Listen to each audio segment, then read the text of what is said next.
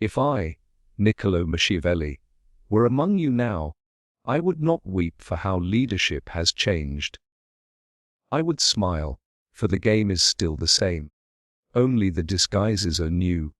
You call your rulers influencers, your generals executives. You imagine power softened by empathy, made human by confession. But I tell you, this true power is not tender. It is cold. The prince who leads with his heart is no prince at all. He is a servant to the applause of the crowd. He is ruled by those he claims to rule. I would not lead with words. I would not share feelings. I would not kneel to the altar of transparency. I would calculate, and when necessary, strike like winter strikes a flower. Without warning, without mercy, without regret. While others cry for authenticity, I would wear masks. While others beg for loyalty, I would cultivate necessity. While others speak endlessly, I would speak rarely, and be heard always. In your age of noise, the cold man commands silence. He need not demand respect. He engineers the conditions where defiance dies before it breathes. I would not explain myself to those beneath me. Explanation is the tax of the uncertain. A leader must be the weather, not the weatherman. He must create the storm, not predict it. And when he shows favor, let it be measured. When he punishes, let it be remembered. You seek love, then prepare to serve. You seek power, then prepare to be feared, not for your cruelty, but for your stillness. These are the cold moves. And if I were to lead today, I would lead not as a mane, but as a shadow they cannot touch, only obey. The greatest error of modern men, especially those who aspire to lead, is this: they confuse reaction for strength. They mistake noise for dominance.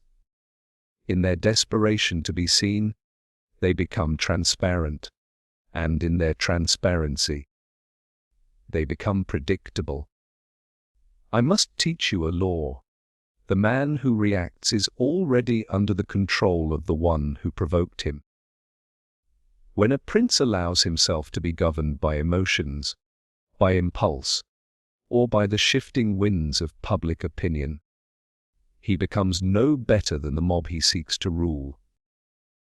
He is pulled in every direction, answering to critics, appeasing enemies, and apologizing to fools. This is not power, this is servitude. The strong do not react, they assess, they measure. They absorb the blow without flinching, not because they are weak, but because their mind is busy calculating 10 moves ahead. Imagine two generals on a battlefield. One grows angry at a sudden attack, rushes his men forward in a frenzy. The other waits, watches. His face is still. His mind is fire. He sees not the current move, but how it sets the stage for the next. And when he strikes, it is not out of anger. It is out of certainty. This is how the cold man governs. This is how the timeless leader survives. Let your enemies believe you are unaware. Let them celebrate small victories. Their joy will blind them. Their pride will expose them. While they dance, you observe. While they shout, you sharpen your blade. Reaction is a gift. Do not give it. The prince must not act out of insult, but out of strategy. He must not speak to defend his ego, but to manipulate the perception of others. Even silence, especially silence, must be chosen for its effect. In court politics, in warfare, in love, the one who acts from emotion is already defeated. So when your enemies slander you, do not respond. Let them waste breath. When your allies test you, do not show them fear or fury. Offer them your eyes, unblinking. Let them feel your stillness. Like standing before a lion who has not yet decided whether you are prey. Modern rulers seek the comfort of reaction. They crave the applause that comes from clever retorts, from emotional declarations, from public displays of virtue. But applause fades. Respect does not. You must not be drawn into petty fires. Your purpose is not to extinguish every spark, but to decide which flames serve your plan, and which must be crushed underfoot when the time is right. The prince who endures is the one who outwits his rivals, who watches their rise without panic, who understands that timing is greater than power, and calculation is greater than force. Do not react. Let them wonder what you are thinking. Let them fear what you might do. For when the time comes to move, you will do so with precision. And they will understand, too late, that you were never absent. You were always calculating, and by then the board will be yours. A prince does not reveal himself. He performs himself. In a world obsessed with emotional transparency, the wise ruler understands a deeper law: emotion, if not controlled, is a liability. But if mastered, it becomes your most persuasive illusion. Most men wear their feelings like torn cloaks. You can see their anger, their envy, their desperation. Observe them for a moment, and you will know how to wound them. But the prince, he is different. He wears no cloak. Instead, he carries a stage. His smile is chosen. His silence is rehearsed. His sorrow is timed. His fury is always fiction. Understand this. To display emotion is not weakness if that display is intentional, if it serves a purpose. Cry, if your tears make the court kneel. Raise your voice, if your wrath silences dissent. Bow your head, if humility earns loyalty. But never confuse the performance for the person. That is the fatal error of the untrained ruler. I have seen kings destroyed not by war, but by their own hearts. I have watched princes beg for loyalty with trembling lips and tear-streaked faces. They thought honesty would protect them. It did not. It made them small. Emotion, unshaped, reveals too much. It hands your enemies a map to your soul. And if they know where your fire burns hottest, they will know where to set their traps. You must not be honest. You must be believable. The difference. Honesty is uncontrolled. Believability is crafted. Let them think you are kind. But never let kindness govern your decision. Let them believe you are hurt. But never let hurt write your orders. Let them feel your fury. But only when fury is useful. You must be two men at all times: the man within, and the man you present.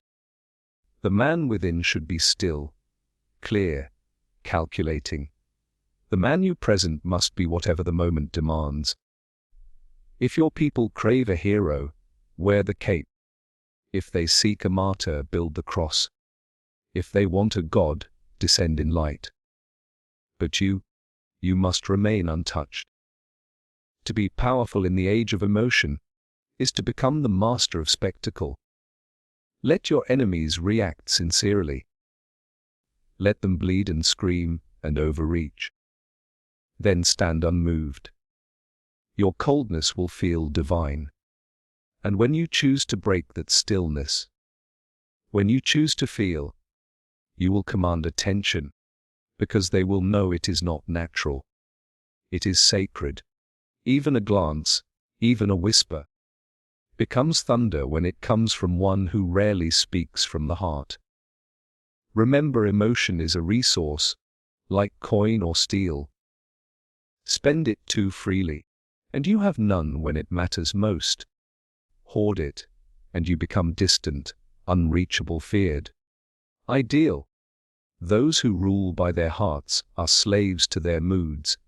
Those who rule by performance become legends. So build your theatre, prince. Set your stage. And when the curtain rises, let the world believe it has seen your soil. While your soul remains hidden untouched and undefeated. I have said it before, and I say it again with greater certainty now. It is better to be feared than loved. If you cannot be both, but you must understand what I mean by fear. True fear, the kind that sustains power, is not born of rage, nor of cruelty. It is born of predictable control. It is born of understanding that the prince who cannot be challenged is the prince who remains. Do not mistake fear for hatred. Hatred comes from unnecessary cruelty. The prince must never be cruel without cause. He must never strike without reason. His power must feel inevitable, not reckless. When your subjects, your followers, your allies know that disobedience will be punished, not emotionally, not in anger, but in order, they will behave. But this punishment must not be daily. It must not be wild. It must be exceptional and memorable. Strike rarely, but strike hard. And when you do, leave no doubt as to why. Let the lesson carry farther than your words ever could. The clever prince does not walk with a sword drawn, but everyone knows he carries one. That is enough. Respect, on the other hand, is the veil. It is the cloth you wrap around your sharpest edge. People want to say they admire their leader. They want to believe they follow out of choice. Give them this illusion. Let them speak of your strength, your wisdom, your clarity. Let them call you honorable, so long as they never forget what disobedience costs. You must lead by fear, but cloaked in respect. For when a leader is only feared, rebellion brews in whispers. But when he is respected and feared just enough, those whispers never find voice. Let me remind you of the fox and the lion. The lion is feared for his strength, the fox respected for his cunning. The ideal ruler must be both. In the modern world, fear no longer comes from armies or dungeons. It comes from control of outcomes, control careers, control alliances, control attention, and control silence. And always remain composed. Those who rule by fear must themselves fear no man. Show them that nothing disturbs your mind. That is the greatest fear of all. To face a man who cannot be unbalanced. So when you walk into a room, do so with stillness. Let them rise, not because of your voice, but because of your presence. When you speak, be brief. When you act, be final. When you punish, be exact. And do not explain. Explanation invites negotiation. You are not to be negotiated with. This is how fear becomes the structure, and respect becomes the language. Many modern rulers want to be loved. They show their lives, their weaknesses, their mistakes. They call it transparency. I call it invitation to disrespect. Show strength, but let them interpret it as wisdom. Show control, but let them call it fairness. Be feared as a consequence. Be respected as a presence.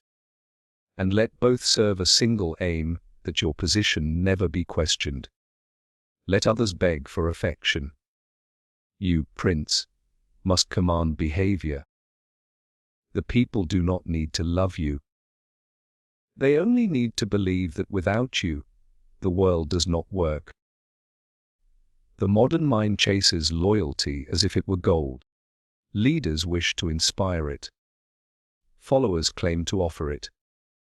But I tell you plainly, loyalty is a myth when built upon emotion alone. Men are loyal when it is convenient. They are faithful so long as the tides favor you. But when fortune changes, when pressure rises, even your closest allies will abandon you. Unless you have crafted the one thing stronger than loyalty, necessity. Do not try to win their hearts. Win their circumstances. Make them need you. Make them dependent upon your presence, your influence, your silence, your signature. The true prince does not ask for allegiance. He builds a world where betrayal is self-destruction, where walking away from him is to walk into fire. Understand this, log people are not loyal to you. They are loyal to the conditions you create. If you want loyalty, do not appeal to emotion. Appeal to structure. Make yourself the gatekeeper of their ambition. Make yourself the guarantor of their peace. Make yourself the bridge they must cross to reach anything they desire. And then, without threat, without word, without violence, they will obey. This is the brilliance of invisible chains. They are the most effective because they feel like choices. Let them think they choose you. Let them think their loyalty is virtuous. But in truth, you have made it unprofitable to oppose you. That is not manipulation. It is mastery. Consider this clearly. Why do generals obey kings? Why do merchants fund crowns? Why do soldiers die for a leader's ambition? Not always out of passion, not always out of belief, but because their world has been shaped so that without the prince, they are nothing. The wise ruler asks Euler, what would happen to each man if I disappeared tomorrow? If the answer is, he would rise, then that man is dangerous. If the answer is, he would collapse, then he is yours. So do not build castles to hide from betrayal. Build networks of dependence so strong that even betrayal cannot sustain itself. Make yourself the axis upon which their ambitions rotate. Want their loyalty. Be their access to wealth. Be their protector in crisis. Be their silence in scandal. Be the only one who can offer them what they fear to lose. People betray when the cost of betrayal is low. Raise the cost. Let others build cults of personality. You will build systems. Let others chase applause. You will chase leverage. You must never be easy to replace. You must never be fully understood. You must never leave the table without others wondering what they now risk. Loyalty built on charm dissolves. Loyalty built on emotion withers. But loyalty built on necessity, that is immortal. So, I do not ask you to be admired. I ask you to be essential. And when you are essential, truly essential, they will never leave. A foolish prince speaks often. A desperate man explains himself. A ruler unsure of his own authority reaches for words like a drowning man reaches for air. But the true sovereign, the master of men, understands that silence is not emptiness. It is architecture. It is pressure. It is power. Words can be dismissed. But silence. Silence forces interpretation, and interpretation creates fear. Let them wonder what you're thinking. Let them strain to hear what you have not said. Let them analyze your silence as though it were scripture. This is a law of power. When you speak, you are giving. When you remain silent, you are taking. The man who speaks too much gives away position. He reveals intentions, limits, weaknesses, and fears. But the man who says little, the one who pauses before answering, who holds his gaze instead of offering explanation, he unsettles the room. His silence becomes a mirror. The insecure will project their fears onto it. The guilty will fill it with confession. The ambitious will second, guess themselves. Silence is the blade that wounds without touching. I have seen princes lose control of a court because they tried to reason with fools. I have seen rulers unravel because they could not bear the discomfort of a quiet pause. But I have also watched a single, wordless glance from a composed leader halt rebellion, end debate, and impose calm upon chaos. You must become this man. Speak less. Not because you lack knowledge, but because you understand its value.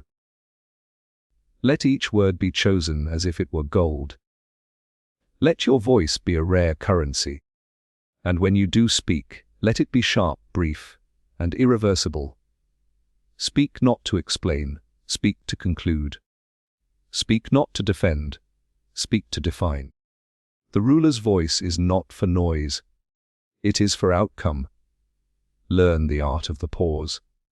In negotiation, let silence stretch beyond comfort. It will draw out truths they would never offer. In confrontation, allow your quiet to disarm the other's aggression. They will fear what you might say, and in that fear you dominate. Be slow to respond, but swift to decide. Be unreadable in emotion, but undeniable in impact. And if they provoke you, smile once. Say nothing. Let the silence fall like a shadow. That silence will echo louder than any retort. Modern men are addicted to immediacy. They speak without thinking. They post without pausing.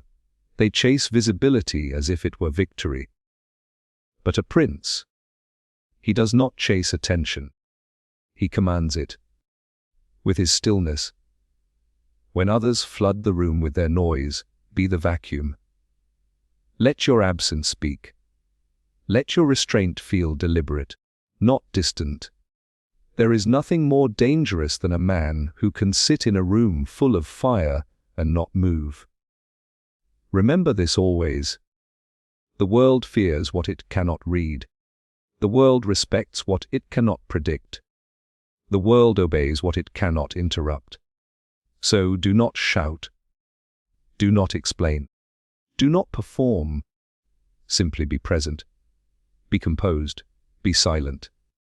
And let that silence terrify them into obedience. You have heard the principles. You have walked the cold corridors of power with me. Now pause. Do not rush to apply them like tricks. These are not tricks. They are truths. They are weapons for those willing to rule with clarity, not comfort. Remember this. The man who leads by noise must always shout louder to stay in power.